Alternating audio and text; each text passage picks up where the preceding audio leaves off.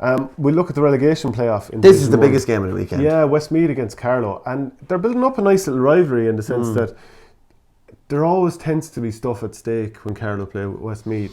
Like, look at the league game in 2018. Carlow won the two-way final. Then the Joe McDonagh Cup, Carlow beat Westmeath again. So, again, there's something at stake. It was a massive mistake. Because both were out of their depth in Division 1. But both would have learned an awful lot about what it takes, I suppose, to compete at that level. They've got the taste for it, and now one of them is going to go back down. And regardless of, if you're preparing for next year's league and you know you're coming up against five of the best teams in the country, you know you have to raise your standards to a certain level. I remember chatting to Colin Bonner about this. It's just like, the boys have got a taste for it. How can I sell them on going back to 2A next year? How can I sell them? It's just not possible. You're going to Tipperary, you're going wherever. It's a big sell. It's what everybody wants. Regardless of beatings or anything other, you're pitting yourself against the best, you're in the spotlight. Whereas now you're going back down a division, harder to motivate yourself, harder to get lads training, harder to maybe get the squad that you want. You might find that you have lads maybe dropping off a small bit. So it's a huge game for both of them, particularly from a Carlow point of view.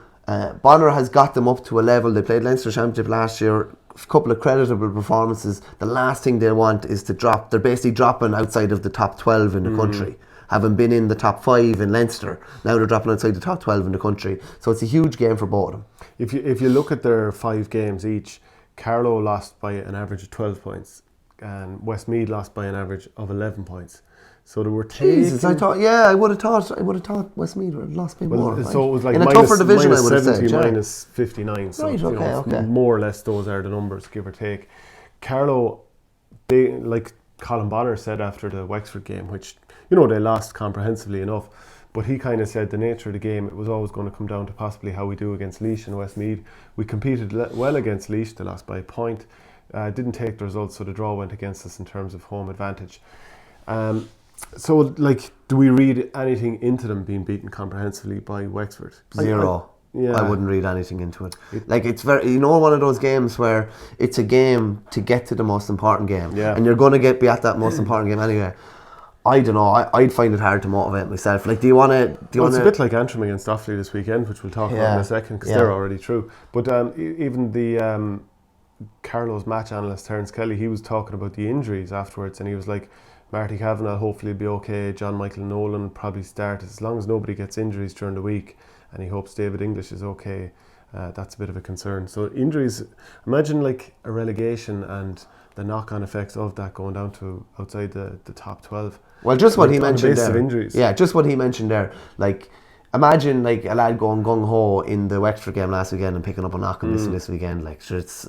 In a way, it's pointless. Like, this is the only game. Would have been the game. If they didn't get a result against Dublin or Laois, this was the game that they would have been eyeing the whole time. So this is nearly as important as any game they'll play this year.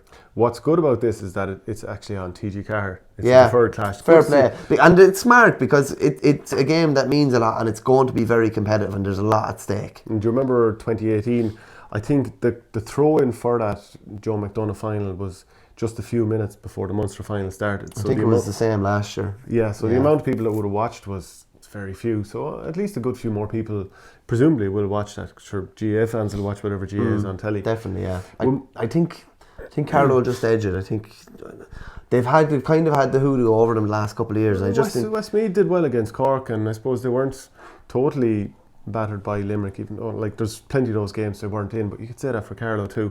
The way they played against Dublin must have been somewhat dispiriting, and then obviously Wexford battered them, so up in the air. I go with Carlow by a score or two. Even in Cusack Park abroad in Mullingar.